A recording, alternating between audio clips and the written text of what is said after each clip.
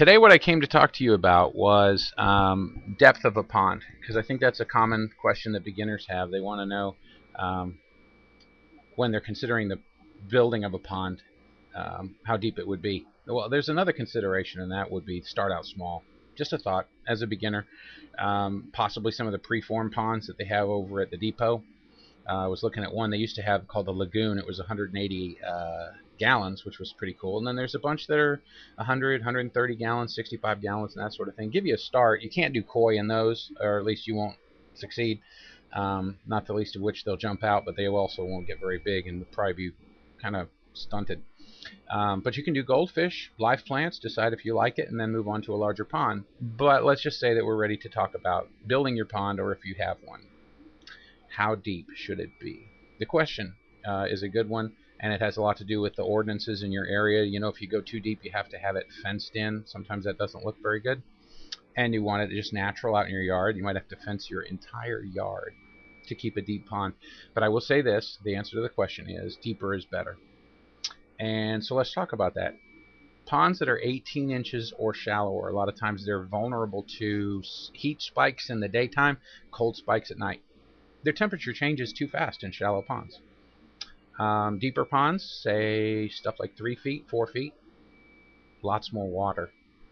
And when you have a lot more water, you see, the water quality tends to stay more stable, as opposed to, the fish pee a couple of times and the water quality's crappy because you only had 1,200 gallons. If the pond has 3 or 4 foot of depth, you got a lot more water, and it's dispersed through that better, and so there aren't as much fluctuations in temperature or water quality. Cool. I like a pond 4 feet deep. That's my favorite. I'll just get to the bottom of the story right there. But then there's folks that like a pond a lot deeper, and I'll tell you from experience, I've had 2 ponds that were 8 feet deep, and I thought they were awful. The reason I thought they were awful is because the fish didn't want the bottom layers. That whole the extra 2 to 3 feet that you gave them. They don't want it because A, it's too far away from the food, and B, it is the oxygen tension down there is pretty low. So I ended up having to use pumps to keep that lower water level turned over. What a pain, especially at 8 feet. Cords, yeah, not so nice. Although the know-it-alls will tell you that 20 feet. Yep, 20 feet. Go ahead and cut your pond in when you do your yard. Just go ahead and cut everything out of it. Put 20-foot pond in there. Easy, no problem. 20 foot will give you a perfect shaped body. Nice. It's probably worth it. Little sarcasm there. Sorry.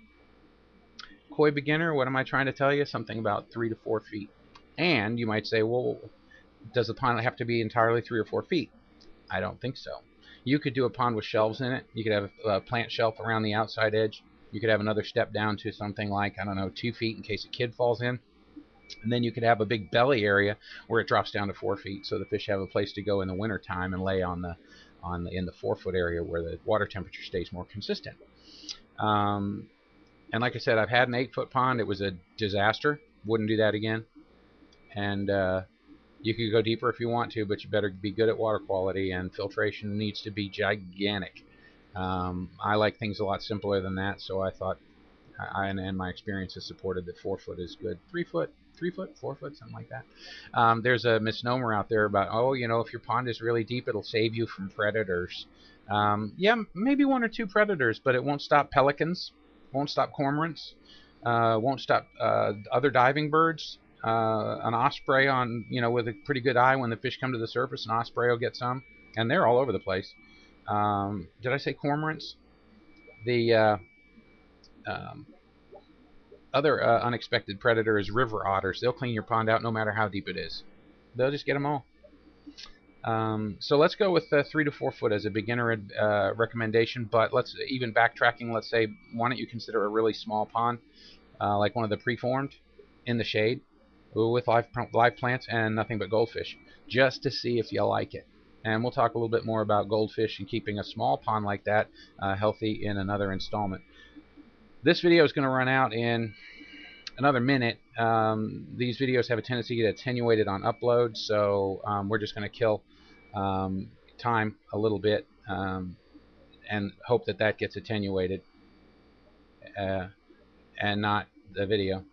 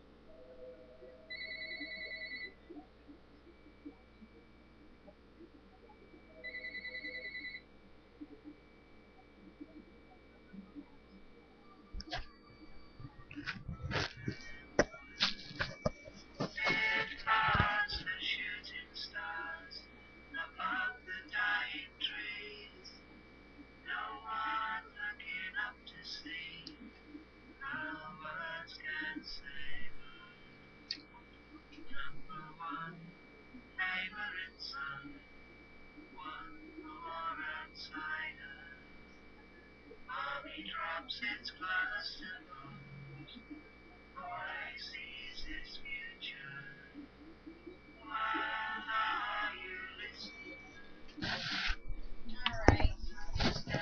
Next is a recheck of that skinny little main tune. And this blood work. I don't know if you already looked at it or not. Okay.